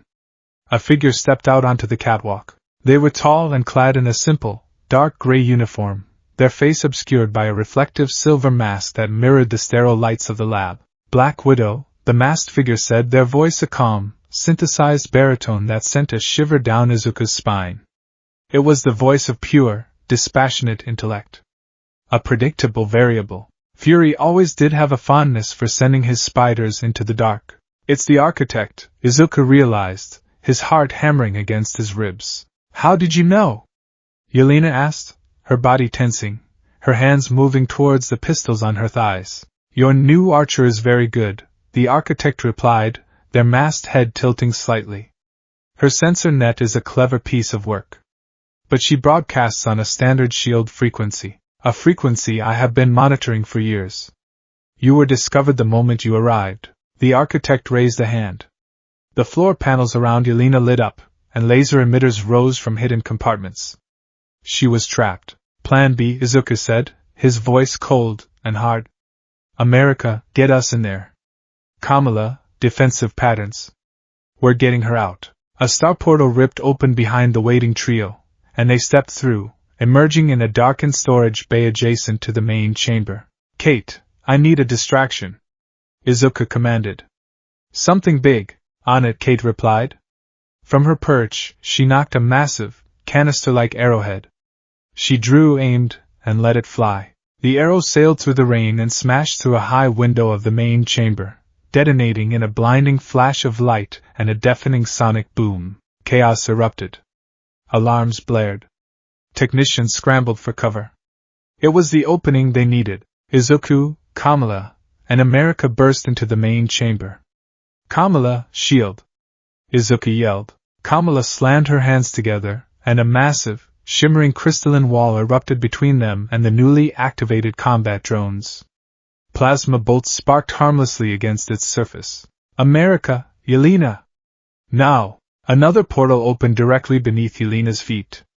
She dropped through it, reappearing beside them a split second before the laser grid incinerated the space where she'd been standing.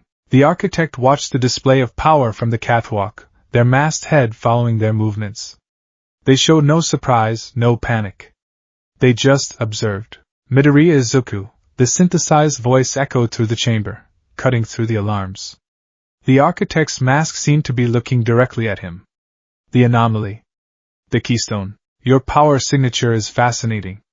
A cascade of symbiotic energy unlike anything I have ever catalogued. The architect raised their hand again, and the massive suit of armor in the center of the room whirred to life, its eyes glowing a menacing red. Let's see how it holds up against controlled, logical force. The giant drone lunged forward, its movements impossibly fast for its size. We can't fight that thing. Kate yelled over the comms. Intel is secure. Get out of there. Izuku knew she was right. Their mission was complete. But his mind was now locked in a heated, philosophical debate with the faceless enemy before him. Why are you doing this? Izuku shouted, as he and his team began to fall back towards America's waiting portal. Why hunt people with powers? Because you are the variable that cannot be controlled, the architect replied, their voice calm and steady amidst the chaos. You, the Avengers, the villains you fight, you are all a chaotic storm that threatens to tear this world apart. You bring aliens, gods, and monsters to our doorstep. You level our cities in your righteous fury. You operate above the laws of nations and physics. You are the single greatest threat to the long-term survival of the human race. The words struck a chord deep within Izuku. He remembered the devastation of Kamino Ward, the public's waning faith in heroes, the rise of the Paranormal Liberation Front. The architect's logic was twisted, genocidal, but the fear it was born from, that fear was real. He understood it. So you would kill us all for the sake of order? Izuku asked, standing at the edge of the portal. Power must be controlled, the architect stated, as if it were a self-evident truth. Those who cannot be controlled must be removed. It is not malice. It is a mathematical necessity. For humanity to be truly safe, the age of miracles must end. The giant drone smashed through Kamala's shield, which shattered into a million pieces of light. Time to go! America yelled, grabbing Izuku's arm. He let her pull him through the portal, his eyes locked on the impassive silver mask of the architect. The portal snapped shut, leaving the sounds of the alarms and the whirring of the drone army behind. They were back in the rain, the mission a chaotic success. They had the intel, they had a face, or at least a mask, for their enemy, and they had a chilling new understanding of their motive. Yelena walked over to Izuku, her face pale in the dim light. You trusted me to go in alone. You were the best person for the job, Izuku replied simply. She stared at him for a long moment. The plan was good. It was my capture that compromised it. It was the closest she had ever come to admitting a flaw. No, Izuku said, shaking his head. The plan worked because we adapted. We all did our part. He looked at each of them in turn, at Kate, who was already packing up her gear, at America, who was watching him with a new, curious expression, at Kamala, who was panting but beaming with pride. We did it together. It was a small victory, born from a near disaster, but it felt more significant than the entire Site Omega operation. They had faced a common enemy, not just physically, but ideologically. The architect's chilling philosophy had given them a terrifying glimpse of what they were up against, and in that shared fear, a fragile bond had been forged. Izuku knew the road ahead was long and dangerous. The architect was unlike any villain he had ever faced. They weren't driven by greed or a lust for power, but by a cold, terrifying logic that he, on some level, could understand. He pulled out his notebook later that night, back in the sterile silence of his room. He didn't write an analysis of the mission's failures. Instead, he started a new section, Threat Analysis. The architect, motive, believes superhumans are a chaotic variable threatening global stability. Seeks to remove them to create a world of predictable, logical order. Abilities, genius-level intellect, master strategist, advanced engineering skills. Access to stolen high-level technology, Stark, Hammer, Chitauri. Weaknesses, over-reliance on logic? underestimates the power of chaotic variables like heroism and sacrifice? This is a philosophical battle as much as a physical one. He paused, his pen hovering over the page. He thought of his conversation with the architect, their chilling manifesto. He thought of Yelena's cynical worldview, and he thought of his own unwavering, perhaps naive, idealism. He was caught between two extremes, a hero of heart in a world that was being threatened by a villain of pure mind. He knew, with a certainty that chilled him to the bone, that their next confrontation wouldn't just be a battle.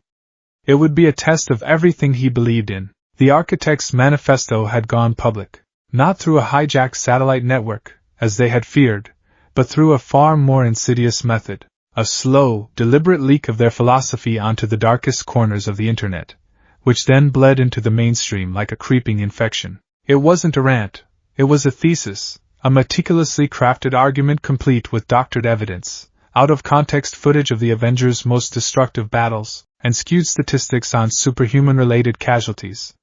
It was calm, logical, and utterly terrifying. The world reacted with a predictable wave of panic. Talk shows hosted heated debates. Politicians gave grave speeches. The Sokovia Accords, once a point of contention, were now being cited as a document of profound foresight. The fear the architect sought to cultivate was taking root. For Izuku Midoriya and his fledgling team, the compound began to feel less like a headquarters and more like a pressure cooker. Nick Fury, a man who normally operated with the placid calm of a deep-sea predator, was now a storm of restless energy. He was everywhere, his one eye seeming to see everything, his voice a constant, gravelly presence in their comms during training, pushing them harder, faster, demanding a level of perfection they were nowhere near achieving. The world isn't looking for a task force, Fury had growled at them during a particularly grueling debrief. It's looking for a symbol. It needs to see that people with power are the solution, not the problem. It needs to see the Avengers are back. And right now, he had said, his gaze landing squarely on Izuku, it needs to see a leader they can believe in. The pressure was immense, a physical weight on Izuku's shoulders that felt chillingly familiar. He was no longer just a fighter, a hero in training. He was being molded into a symbol, an icon of hope meant to counteract an icon of fear. He was being asked to be All Might. The thought was a blasphemy, a crushing impossibility that stole his breath. All Might was a pillar, a once-in-a-generation miracle. Izuku was just a boy who had inherited a power he still barely understood, trapped in a world that wasn't his. The burden followed him into his dreams. Sleep offered no respite, only a twisted highlight reel of his greatest failures, remixed with the faces of his new reality. He was back in the ruins of Joka City, the air thick with dust and the stench of decay. Shigaraki was there, a nightmare in a tattered coat, his hand outstretched, the unstoppable wave of decay surging forward. Izuku screamed for his friends to run, but when he turned, it wasn't Class 1A behind him. It was Kate Bishop, knocking an arrow with trembling hands. It was Kamala Khan, her face pale with terror, a shimmering shield flickering around her. It was America Chavez, her eyes wide, unable to open a portal. He saw a gigantomachia rise from the earth, a walking mountain of rage, and in its path stood not Mount Lady, but an embiggened Kamala, her form dwarfed and fragile. He saw the Nomu that had impaled Bakugo, but this time, its claws shot towards Kate, and Izuku was too far away, his legs encased in concrete. He could only watch. He would wake with a gasp, his heart hammering against his ribs, the sheets soaked in a cold sweat. In the sterile silence of his room, the dream's final image would burn behind his eyelids, the skeletal, dying form of All Might, his smile a rictus of pain. But when the dream figure turned its head, the face was not his mentor's. It was the blank, impassive silver mask of the architect. The message was clear. His failure, his world's failure, was the very proof the architect needed. His past was their validation. The sleepless nights began to take their toll. Dark circles formed under his eyes.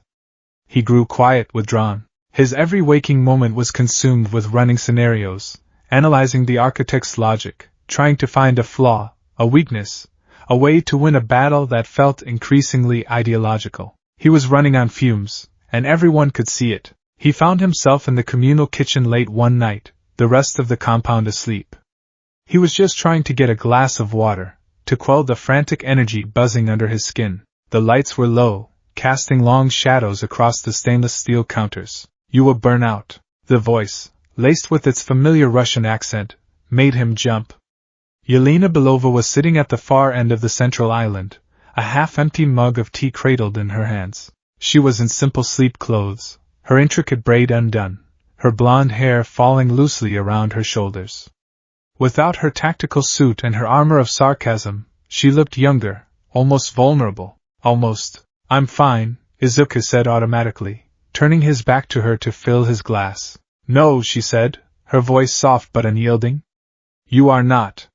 You walk around this place like a ghost. You carry the weight of everything. Fury's expectations. This faceless architect. Your own world. It is crushing you. I have seen this before." Izuku took a long drink of water, the cold liquid doing little to soothe the fire in his chest.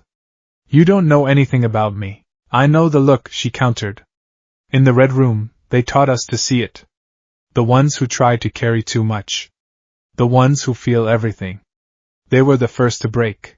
Or they were the ones who became the most dangerous, because they would do anything to stop the pain." She took a sip of her tea, her green eyes watching him over the rim of the mug. "They trained us to be weapons. To feel nothing.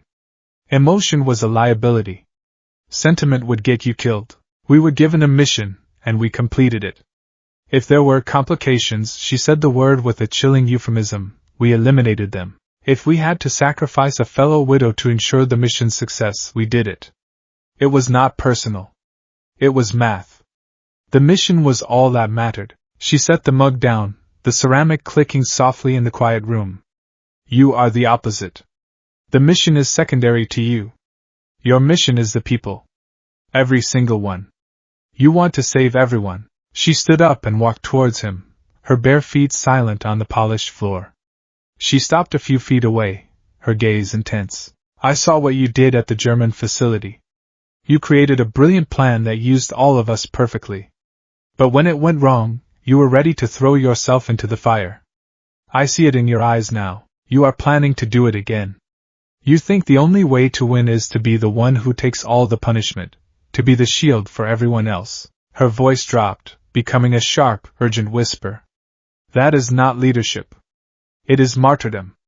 And it is a weakness. You fight with your heart, little hero. It makes you strong in a way I do not understand. But against an enemy like the architect, an enemy who uses logic like a weapon, your heart will get you killed. Or worse," she said, her eyes boring into his, "it will get us killed. Because one day, you will face a choice you cannot make. A choice where someone has to be sacrificed. And you will hesitate. In that hesitation, we will all die." "I would never let that happen," Izuku said, his voice low and fierce. "You will not have a choice," Yelena replied, her expression softening into something almost like pity. "This world, it is not your bright, heroic cartoon. It is a darker, crueler place, and it will force you to make the hard choice. I do not think you are capable of it." She turned and left him standing there, the silence of the kitchen pressing in on him. Her words were a poisoned dart, sinking deep and finding their mark. He knew, on some level, that she was right. He remembered trying to save Shigaraki, the boy within the monster. He remembered his hesitation. What if that hesitation, that sliver of empathy, was the fatal flaw she saw? The alert came 2 days later.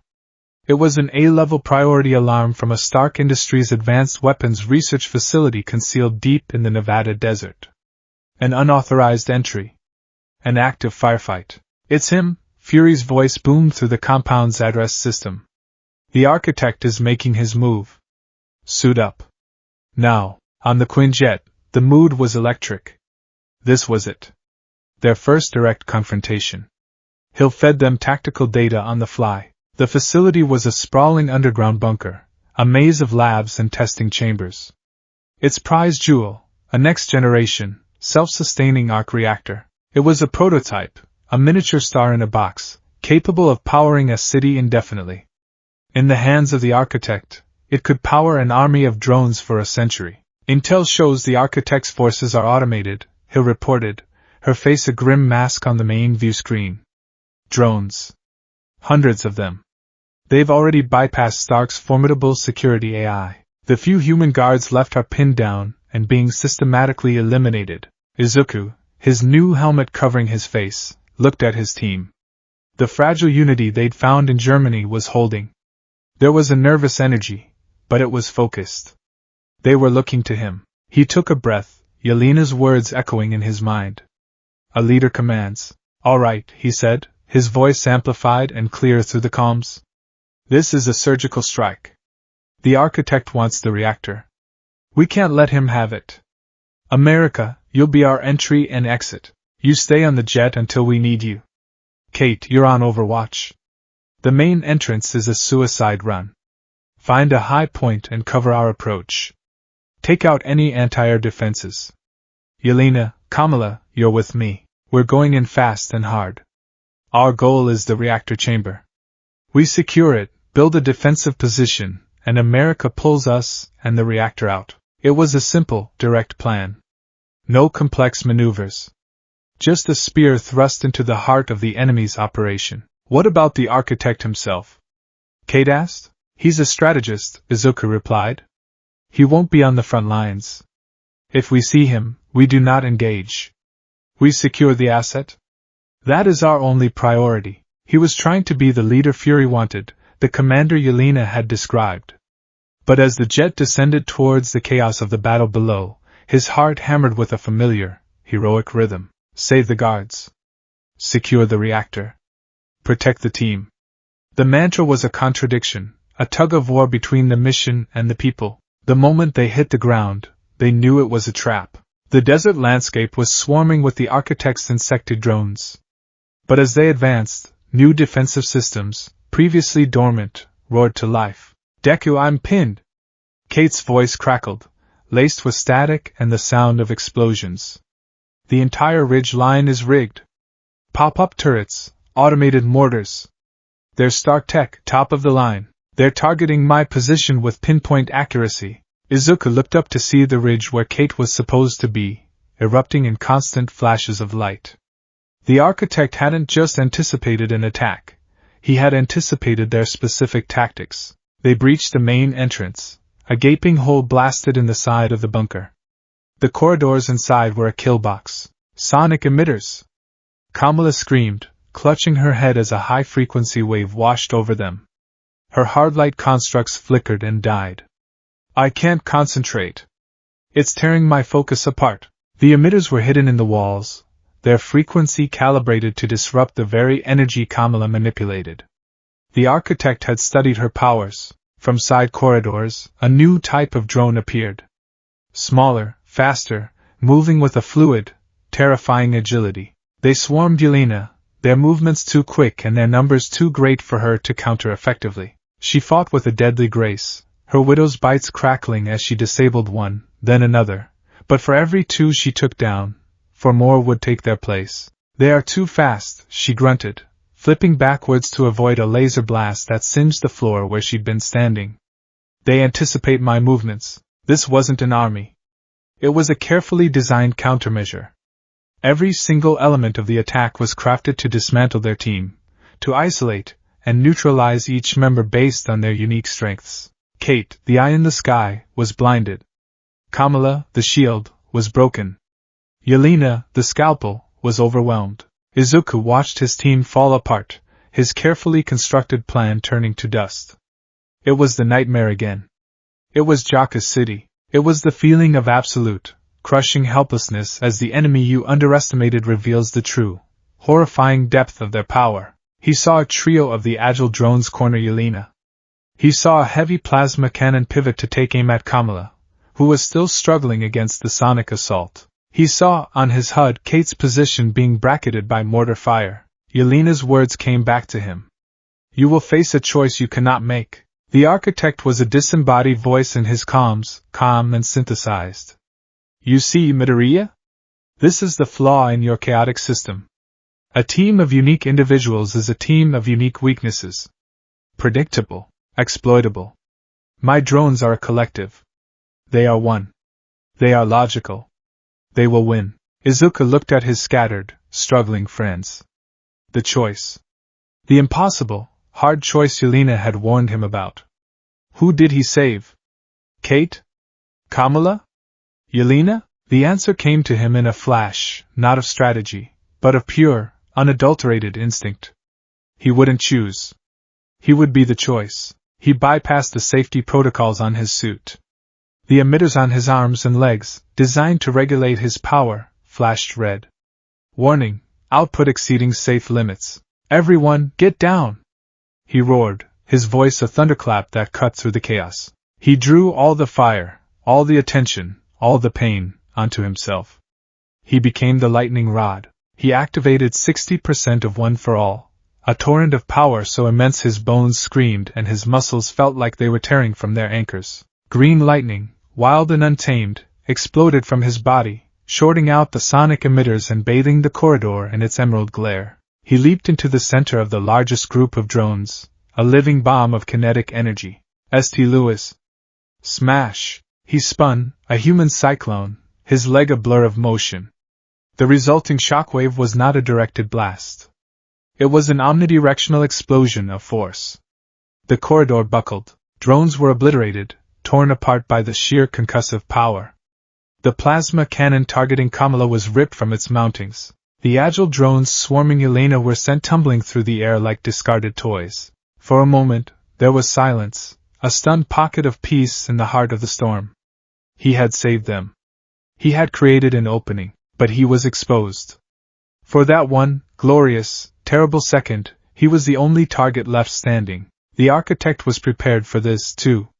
A hidden turret, a heavy-duty model designed to breach tank armor, fired a single, incandescent beam of energy. Izuku, his body screaming from the backlash of his own attack, tried to move. He was too slow. The beam struck him square in the chest. The pain was absolute. It was a white-hot sun exploding inside him. His suit's vibranium-laced armor glowed orange, absorbing and dispersing the majority of the impact. But it wasn't enough. The force threw him backward 30 feet, and he slammed into a concrete wall with enough force to crater it. His systems went haywire. Armor integrity, critical. Biometrics, critical. His vision swam, turning into a tunnel of black. He could smell his own suit melting. His left arm was a ruin, the armor shattered, the flesh beneath seared, the bones certainly broken. Through the haze of pain, he saw the architect's drones begin to reactivate. He saw the doors to the arc reactor chamber slide open, and a heavy lift drone emerge, the glowing blue heart of the reactor clutched in its metal claws. They had failed. America. He gasped into his comms, his voice a choked whisper. Get them out. That was his last command. His consciousness winked out, plunging him into a welcome, silent darkness. America Chavez saw it all on the jet's monitor. She saw the trap spring. She saw the team get dismantled. And she saw Izuku's impossible, suicidal, beautiful act of self-sacrifice. She saw him unleash a storm, and she saw him get struck down by a lightning bolt meant for all of them. Her heart, a guarded, callous thing that had learned long ago not to get attached, clenched with a pain that was entirely new. He had saved them. She didn't wait for an order. She stood up, her hands crackling with cosmic energy. A massive, star-shaped portal ripped open in the sky above the bunker. From there, she opened another, directly in the corridor, next to the fallen form of their leader. Yelena was the first to react. The mask of cold professionalism was gone, replaced by a look of stunned horror. She grabbed Izuku's unconscious form, slinging his good arm over her shoulder, and began dragging him towards the portal. Kamala, freed from the sonic assault, created a shimmering wall, shielding their retreat as the last of the drones opened fire. Kate, seeing her chance, fired a volley of explosive arrows from her compromised position, buying them precious seconds. They tumbled through the portal onto the ramp of the Quinjet, the desert air replaced by the sterile hum of the aircraft. America held the portal open just long enough for Kate to leap through before snapping it shut. They were safe. They had escaped. But it felt like the most profound defeat of their lives. They gathered around Izuku's body. He was terrifyingly still. His new suit, their symbol of hope, was a smoking wreck. The hole in his chest plate was still glowing cherry red at the edges. His helmet was cracked, revealing his pale, sweat-soaked face, a trickle of blood running from his temple. His breathing was shallow, ragged. Kamala was openly weeping, her hands covering her mouth. Kate stared, her face ashen, her usual confidence completely shattered. Yelena knelt beside him, her gloved fingers gently touching the edge of the crater in his armor. She looked at his face, at the boy who had just taken a blow that would have killed any of them instantly, the boy whose weakness she had claimed would get them all killed. She had been wrong. His heart hadn't made him hesitate. It had made him act in a way her cold, red-room calculus could never have conceived of. He hadn't chosen one of them to sacrifice. He had chosen himself. It was the hardest choice of all. And he had made it without a second thought. A single, unfamiliar emotion bloomed in her chest, pushing past the cynicism and the scar tissue of her past. It was a painful, burning thing, a feeling she had long since buried. Respect.